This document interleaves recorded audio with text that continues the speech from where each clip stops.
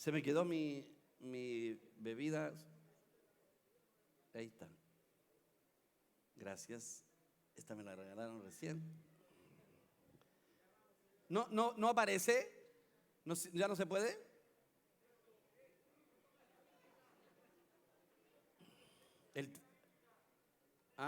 Me lo habían pedido. Apocalipsis capítulo 3 del verso 1 al 6. ¿Vieron la caseta allá arriba? Ya. Yo voy a leer acá en mi Biblia. Dice,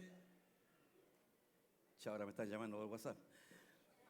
Perdón, voy a ponerlo en modo avión. Dice, Apocalipsis 3:1. Escribe al mensajero de la iglesia en Sardis, el que tiene los 7 espíritus de Dios y las 7 estrellas, dice esto: yo conozco tus obras, que tienes nombre de que vives y estás muerto. Sé vigilante y afirma las cosas que quedan, las que están a punto de morir, porque no se ha hallado tus obras completas delante de mi Dios. Qué clara es la palabra de Dios. Vamos a verlo enseguida y ustedes van a decir si es así o no es así.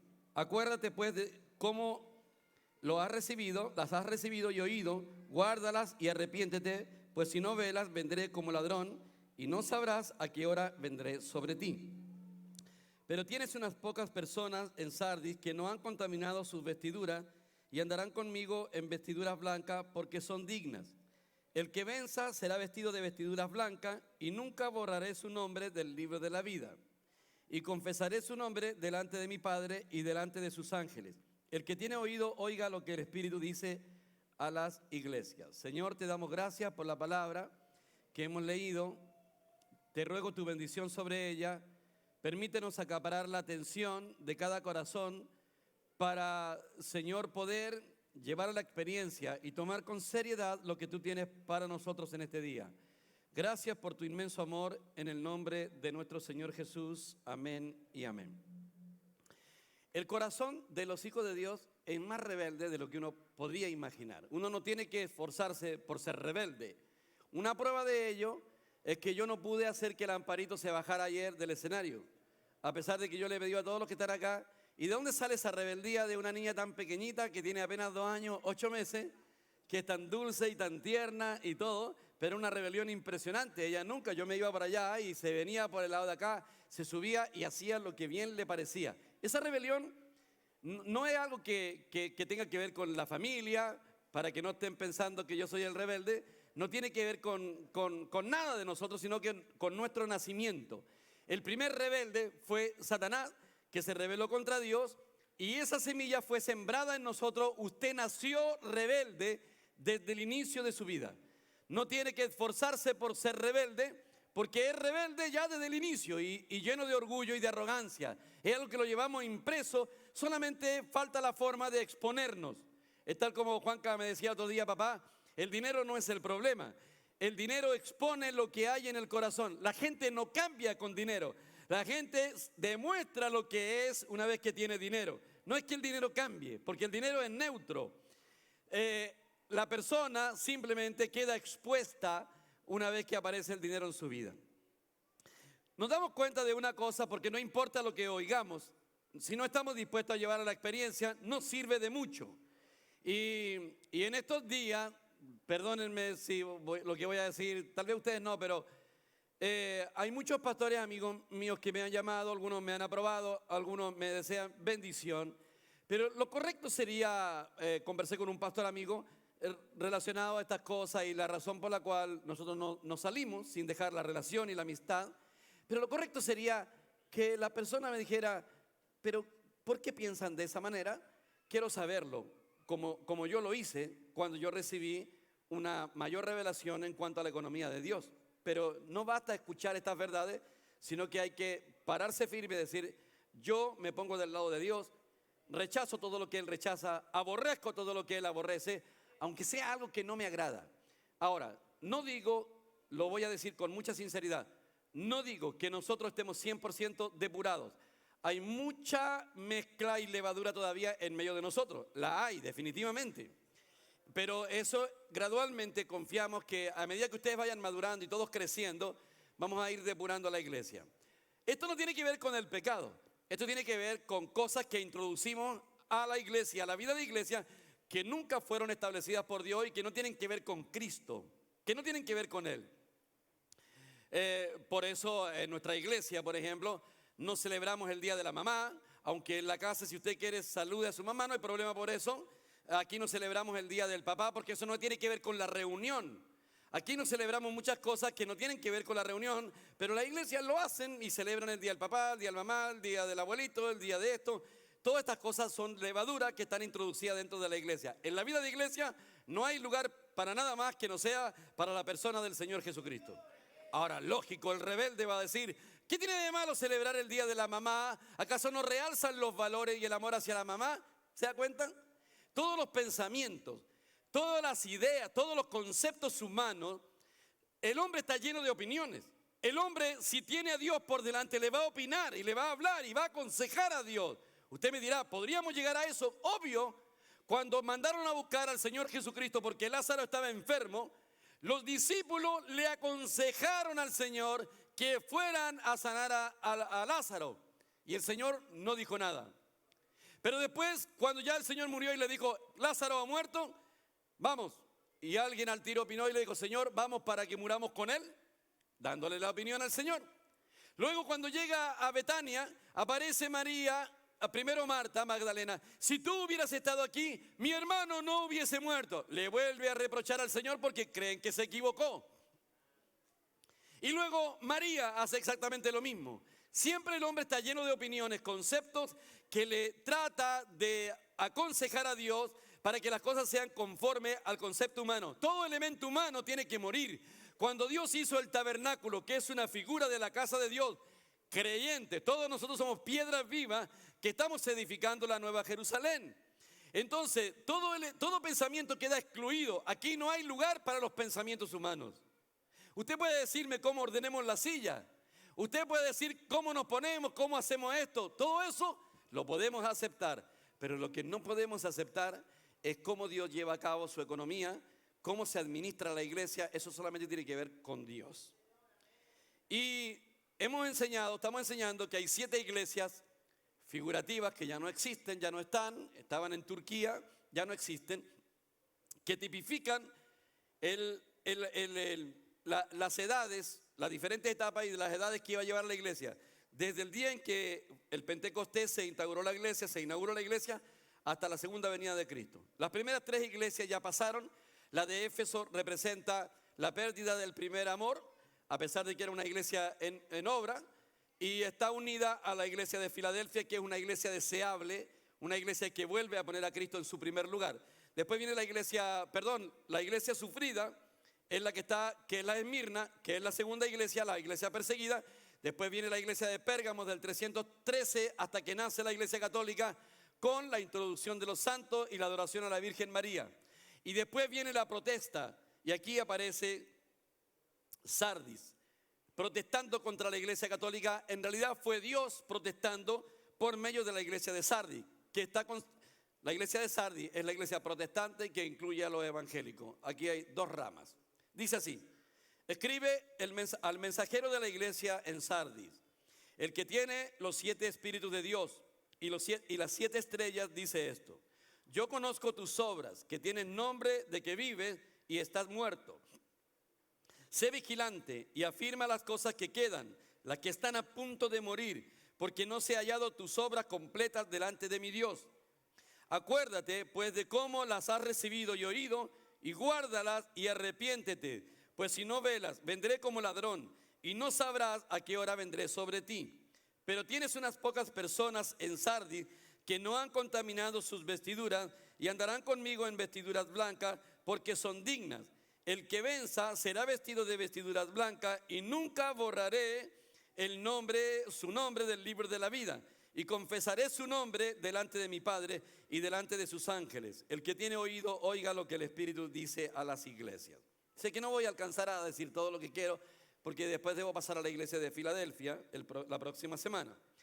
Pero en protesta contra la apóstata iglesia católica romana, que se inicia por ahí por el año 500 y fracción, y continúa hasta el día presente una iglesia degradada y prostituida completamente. No hay nada dentro de la iglesia católica que uno tal vez pudiera rescatar, aunque a los ojos de Dios tal vez sí hay cosas que puede rescatar. No digo que dentro de la iglesia católica no puedan haber personas salvas y convertidas, no estoy diciendo eso. Pero en protesta Dios levanta a lo que llamamos la reforma. Hubieron muchos hombres de Dios que dieron la vida y que la iglesia católica los eliminó, los mató. Muchos hombres que fueron mártires de la iglesia católica romana. Por eso en Apocalipsis 17 dice que esta iglesia está ebria de la sangre de los santos. Porque no hay nadie que haya matado más creyentes verdaderos que la iglesia católica romana. En una sola ocasión, en una sola noche, mató a más de 10.000 creyentes protestantes en una iglesia de Roma. No recuerdo si fue Roma o no, pero los mató. Papa Juan Pablo XXIII se arrepintió de esto y pidió perdón por toda la sangre que ha derramado en los creyentes y en los judíos. Dice, escribe el mensajero de la iglesia en Sardis, el que tiene los 7 espíritus de Dios. Voy a ver qué significa Sardis. La palabra griega significa el remanente, lo restante o la restauración. Como señal, la iglesia en Sardis prefigura la iglesia protestante, desde la Reforma hasta la segunda venida de Cristo. La Reforma fue la reacción de Dios a la apóstata iglesia católica romana, la cual es tipificada por la degradada iglesia en Tiatira. La Reforma fue llevada a cabo por una minoría de creyentes, el remanente. Por consiguiente, fue una restauración efectuada por el remanente. O sea, cuando Martín Lutero, con un grupo de pequeños creyentes, se levantan en contra de la iglesia católica, fue una osadía impresionante. Una osadía porque el Papa los podía matar. De hecho, a Martín Lutero lo llevaron para enfrentarse con los sacerdotes católicos hasta el día presente. Ellos se jactan de haberle ganado, lo cual no es así. Pero Martín Lutero tuvo que enfrentarse contra el Papa de Roma y contra todos aquellos. La iglesia católica dominaba los reinos, dominaba los reyes, las naciones. Por lo tanto, la iglesia de Sardis se sale. Y la Biblia dice, el que tiene los 7 espíritus de Dios, está hablando de que la iglesia protestante necesitaba una porción del Espíritu de Dios intensificada para poder prevalecer contra la degradación que había venido en este instante, en estos momentos. O sea, la iglesia católica, la iglesia protestante, después cometió muchos errores hasta el día presente, pero fue una iglesia que tuvo que luchar.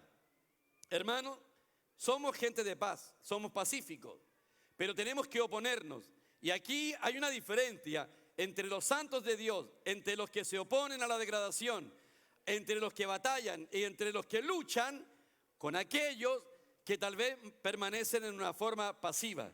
Y nosotros en este aspecto tenemos que ser violentos, y esa fue la razón por la cual nosotros no salimos de una denominación para pararnos en el terreno de la iglesia. Ahora, dice así, yo conozco tus obras de que tienes nombre de que vives. Y yo sé esto porque dentro de la iglesia evangélica, protestante o evangélica, yo les voy a decir la diferencia entre la iglesia evangélica y la protestante. La protestante se volvió una iglesia nacional. Por ejemplo, los luteranos, los anglicanos, los presbiterianos, los metodistas. Los anglicanos son de Inglaterra, los luteranos son de Alemania y hay otros países. Entonces, nace la persona en Alemania, es luterano. Como aquí en Chile, la persona nacía y era católico. Mi papá no creía en nada, sin embargo, cuando le preguntaban, decía, yo soy católico. Él no era nada.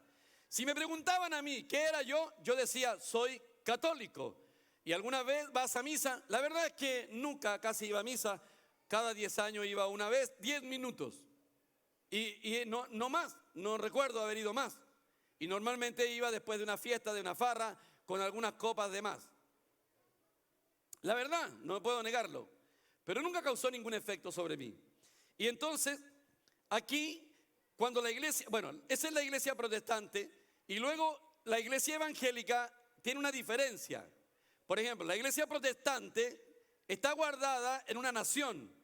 La iglesia evangélica está guardada en una doctrina.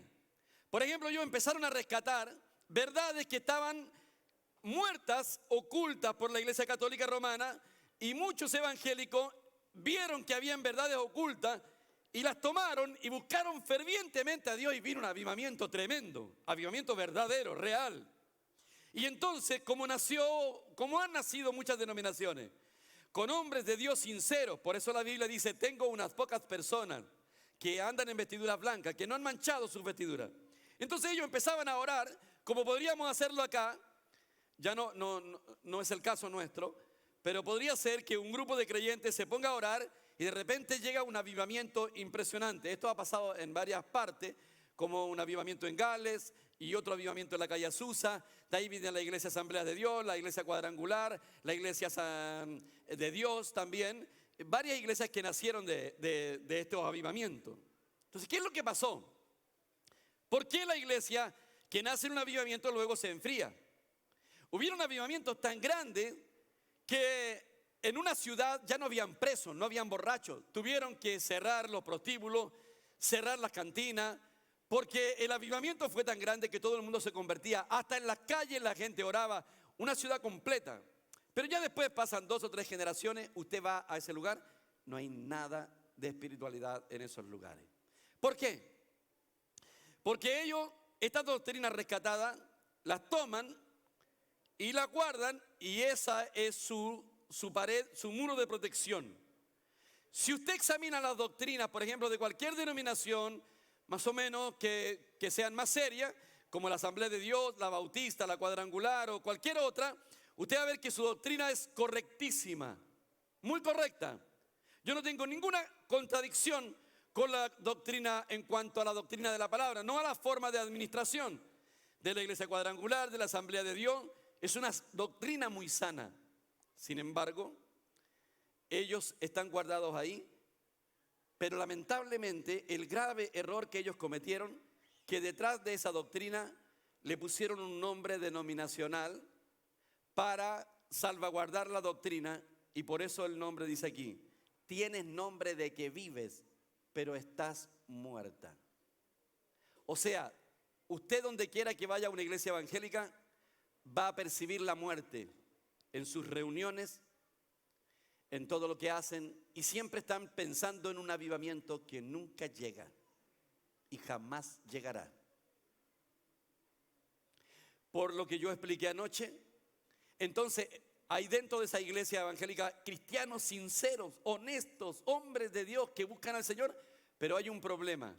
Ellos cometieron el grave error de institucionalizar el mover de Dios, volvieron a la iglesia, que es un organismo vivo, en una organización donde hay preceptos humanos que se oponen a la palabra de Dios, y entonces se ponen reglamentos. Por ejemplo, si nosotros plantáramos iglesias acá, en diferentes partes de Chile, tendríamos congresos de líderes. No tenemos que ponerle ningún reglamento. La unidad que se ofrece, que se da entre los pastores que podrían estar en diferentes iglesias, tiene que ver en base a relaciones, no a ponerle reglamento. Porque cada iglesia debe ser autónoma y el Espíritu Santo es el único que debe guiar la iglesia. Ningún hombre debe guiar la iglesia. Nosotros nos basamos en la doctrina de los apóstoles. Este es algo que tal vez para ustedes es nuevo, parece una clase de instituto bíblico, pero es bueno que sepan. No como aquellos que salen a tocar cacerola y le preguntan ¿por qué está protestando? Que no sé por qué, pero por alguna razón estaré protestando. No, cuando la gente protesta tiene que hacerlo como corresponde. Y cuando nosotros nos paramos en el terreno de la iglesia, sabemos lo que estamos haciendo. Entonces, el Señor le dice, ¿tienes nombre de que vives? Cuando yo llegué a una iglesia evangélica, lo que más se hablaba, esta es una iglesia viva. Pero ¿a qué le llamamos vivo? ¿A qué le llamamos vivo? Tienes nombre de que estás vivo, pero estás muerto. Sé vigilante y afirma las cosas que quedan, las que están a punto de morir, porque no he hallado tus obras completas delante de Dios. Martín Lutero restauró muchas cosas, muchas verdades, pero tal como me dijo un pastor amigo, la reforma no logró capturar todo. No lo logró capturar. Se quedaron cortos y no siguieron avanzando, porque todos se guardaron en una denominación, en un redil, otro redil, y la iglesia ya no está unida. ¿Por qué no está unida? Porque uno es pentecostal, uno es bautista, uno es cuadrangular. Los pentecostales son más carismáticos, los bautistas son más dados a la doctrina, los de la asamblea tienen otro sistema de gobierno, los cuadrangulares otro sistema de gobierno, y entonces todos somos diferentes. Y aunque ellos digan que estamos unidos por encima de una reja. Es como darse la mano por encima de una cerca. La única base de unidad dentro de la iglesia debe ser la persona del Señor Jesucristo. No hay otra base de unidad. Nos reunimos aquí en el nombre de la persona del Señor Jesucristo. Fuera de ese nombre no existe unidad. Amén. Esta iglesia evangélica o protestante fue muy valiente y hizo muchas cosas positivas, y gracias a Dios por esto. Pero hoy día está cuesta abajo la rodada y no existe ninguna posibilidad. Por eso los movimientos apostólicos tienen tanto éxito, porque tienen una visión y están unidos, aunque puedan estar errados. Luego dice: acuérdate pues de cómo las has recibido y oído, y guárdalas y arrepiéntete, pues si no velas, vendré como ladrón. ¿Qué es lo que significa venir como ladrón? Le preguntamos al dueño de este lugar que nos arrendó si aquí robaban. Me dijo: aquí nunca han robado en como 30 años, 40 años. Solo una vez, pero ellos creen que fue un dato de las mismas personas que arrendaban. Era muy extraño lo que pasó, que alguien se metió por aquí arriba, pero por aquí está lleno de industria, aquí no hay casas. Y entonces no es fácil que esto pasara. Pero cuando viene un ladrón viene sin aviso. El ladrón no avisa, porque el ladrón no pasa a dejar una tarjeta a las 4 de la mañana, voy a entrar a robar. ¿Cierto? La iglesia que está velando y que no está muerta está atenta y sabe que el Señor puede venir. No sabemos el día ni la hora, pero sabemos más o menos cuándo el Señor viene. Nosotros no estamos desapercibidos. La iglesia protestante, en este caso, no tiene idea cuándo el Señor viene. Ellos creen que viene, no saben cuándo viene. Entonces el Señor dice: acuérdate, dice, y arrepiéntate, pues si no velas, vendré como ladrón. El ladrón viene en un momento cuando están todos durmiendo. Pero el Señor nos llama a nosotros a no quedarnos dormidos, a velar. Por eso nada debe distraernos. No venimos a este lugar a buscar entretención, aunque claro que lo pasamos bien, no lo podemos negar. Pero no venimos a este lugar a buscar entretención, venimos a buscar alimento, a nutrirnos espiritualmente. Hoy día la novedad, claro, todos llegaron temprano. Dios mío, nunca había llegado tan temprano. Y no cabía la gente ahí en ese lugar de estudio bíblico. No había que hacerlo, hermano, tuvieron que desarmar los mesones. Nunca había pasado.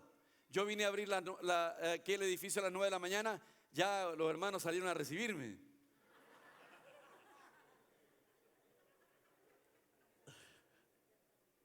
Están como escoba nueva.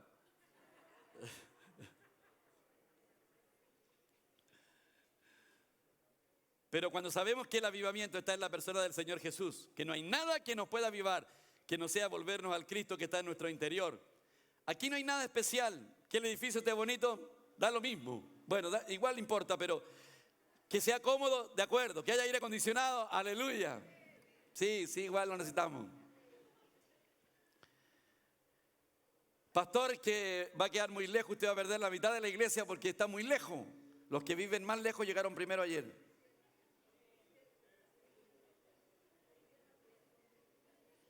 La respuesta que yo le di a todo el mundo es que los que tienen hambre van a venir igual.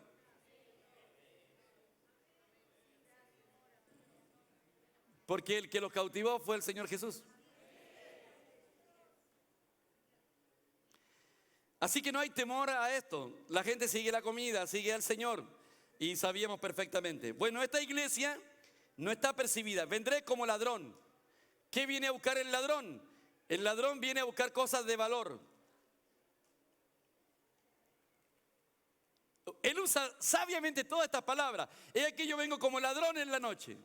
Y Pablo dice que el que tiene oro, plata y piedras preciosas en su vida, y el que no, tendría madera, heno y hojarasca. ¿Qué significa eso? Que edificamos nuestra vida con la persona de Cristo. Venimos aquí a buscar al Señor Jesús. Venimos a comer de Él, venimos a alimentarnos de Él. Por eso, aunque cueste y aunque alguien me contradiga, lo más importante en una reunión es la palabra de Dios. Si una persona no está dispuesta a escuchar la palabra de Dios, por eso me gusta que los que se sientan adelante, que tratan, que están atentos, que graban los mensajes, que los vuelven a escuchar. Y aunque usted me diga, todo es un todo, sí, pero nada se compara a la palabra.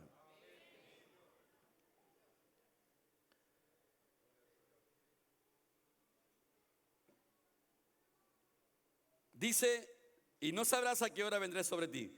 Pero tienes unas pocas personas en Sardis que no han contaminado sus vestiduras y andarán conmigo en vestiduras blancas porque son dignas. No dice porque creen. Aquí no está hablando de creer, está hablando de vencer. Se requiere vencer. Porque para ser salvo de la condenación basta creer. Si una persona cree hoy día en el Señor Jesús y lo creyó con su corazón, saliendo de aquí, si se muere, se va con el Señor. No tiene que hacer nada, ni un mérito. Para bautizarse no se requiere mérito. Estoy seguro que los que están aquí por primera vez y les gustaría que los bautizara, se bautizarían al tiro por el calor.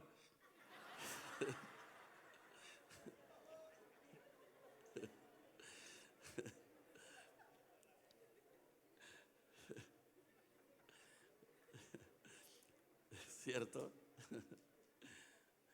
Bueno, no hay mérito para bautizarse, solo creer en el Señor Jesús y después viene un caminar en el Señor Jesús.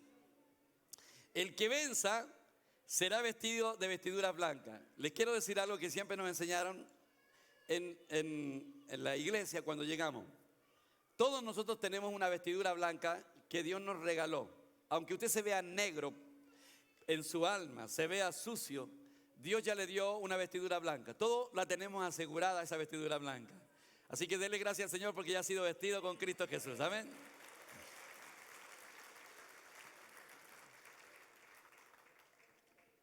Dice, parafraseando el texto, en el libro de Efesios, en el capítulo 1, el verso 6, que Dios nos vistió con el amado y nos volvió los hijos de su complacencia. El Señor nos ama mucho, tal como nadie decía, que cuando nadie me vio, cuando nadie me miraba, Él nos miró. Y Él le dio sentido a nuestra vida. Él le dio un propósito, le dio un destino diferente. Y eso es lo más grande que puede haber sucedido, porque no éramos, tal vez muchos de ustedes a lo mejor eran algo, pero los que no éramos prácticamente nada, no éramos nada. Yo lo hablo por mí mismo, también me sentía muy identificado con lo que decía Nadia, con lo que dijeron alguien ahí. Éramos nada. Algunos de ustedes a lo mejor sí eran importantes, a lo mejor algunos de ustedes tenían una carrera, una profesión y algo importante. Yo no tenía nada. Nada. Un fracaso de la familia, un hogar disfuncional. No tenía el cariño que tenía ni el cuidado que debiera haber tenido. Nada de esas cosas.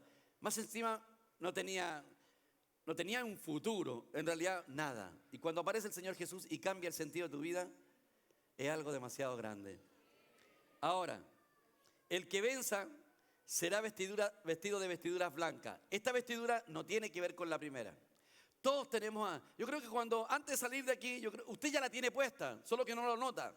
Ya la tiene esa vestidura blanca. Dios lo mira y lo ve con ese vestido blanco. Pero hay otra vestidura que está entretejida con bordado y esa la entretejo yo usando la gracia de Dios. O sea, hay una segunda vestidura. Pero esa Dios no se la regala. Usted usando la gracia de Dios tiene que empezar a entretejer. A lo mejor algunos de ustedes llevan el puro cuello o la pechera. ¿En serio? Debemos de vestir esa vestidura y esa vestidura no tiene que ver con que Dios nos vistió con su justicia, sino tiene que ver con ser hallado digno. O sea, hay una cosa que es que Dios me regala la salvación y otra cosa es que yo sea hallado digno. Y el hallado digno es el que vence la degradación de la iglesia. Si Dios aborrece esto, yo lo aborrezco. Si Dios no quiere esto, yo no lo quiero. Hay que ser serio en esto. Si Dios no le agrada esto, yo no lo hago. Hay hermanos cristianos que todavía le mandan a uno, pastor, deseándole un buen día, la cara del Señor Jesús y le ponen esa es una imagen. Dios no quiere imagen, ni semejanza de nada. Abandonen el horóscopo. Todavía los hermanos se levantan, ay Señor, voy a leer el horóscopo, ay que me salió bonito.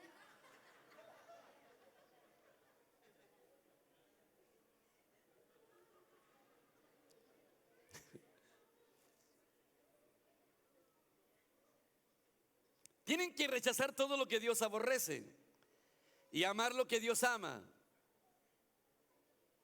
Si Dios rechaza esto, yo lo rechazo.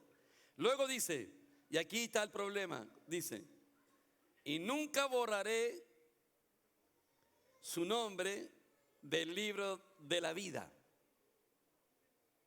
Y aquí es donde hay problema, porque uno dice, Dios puede borrar mi nombre del libro de la vida. ¿Ve que la salvación se pierde? Este libro no tiene que ver con la salvación. Todos estamos inscritos en el libro de la vida. Pero si una persona no es hallada digna, porque tiene que interpretar la Biblia en su contexto. Para ser salvo de la condenación, basta creer en el corazón. Si confesares con tu boca y crees en tu corazón, ya eres salvo. No dice nada de ser digno, nada, porque la salvación no es una recompensa, sino un regalo. Y luego dice, y nunca borraré su nombre del libro de la vida, y confesaré su nombre delante de mi Padre y delante de sus ángeles. Confesar su nombre es más profundo. Que Dios confiese mi nombre tiene que ver con que yo lo confiese a Él aquí en la tierra. Mientras más yo lo confieso, mientras más yo lo vivo, Él me confesará delante del Padre. O sea, que diga, este lo conozco por su nombre. A todos nos conoce, pero temporalmente un creyente puede ser borrado si no quiere agradar a Dios, si no quiere agradar al Señor, usar la gracia de Él. Esto ya tiene mucho para hablar. Y dice, el que tiene oído, oiga lo que el Espíritu dice a las iglesias. Este tema es tan amplio, hermano. Entonces, por esa razón, nosotros, obedientemente, hemos decidido abandonar la iglesia protestante y hemos decidido abandonar la iglesia evangélica, aún considerando que ellos son nuestros hermanos, para pararnos en el terreno de la iglesia, donde existe solamente un nombre, que es el nombre de Cristo, y la ciudad en la cual estamos. Yo agradezco al Señor que ustedes hayan escuchado este llamado y estén aquí presentes, porque en realidad no tratamos de persuadir a nadie, no le pagamos a nadie para que se viniera a este lugar y estamos readaptándonos. Así que a medida que vamos avanzando, vamos a ir creciendo en este asunto. ¿Está de parte del Señor usted? ¿Están realmente de parte del Señor? Nos paramos en el terreno de la iglesia entonces, iglesia en Santiago. Amén, damos gracias al Señor. Puede aplaudir al Señor.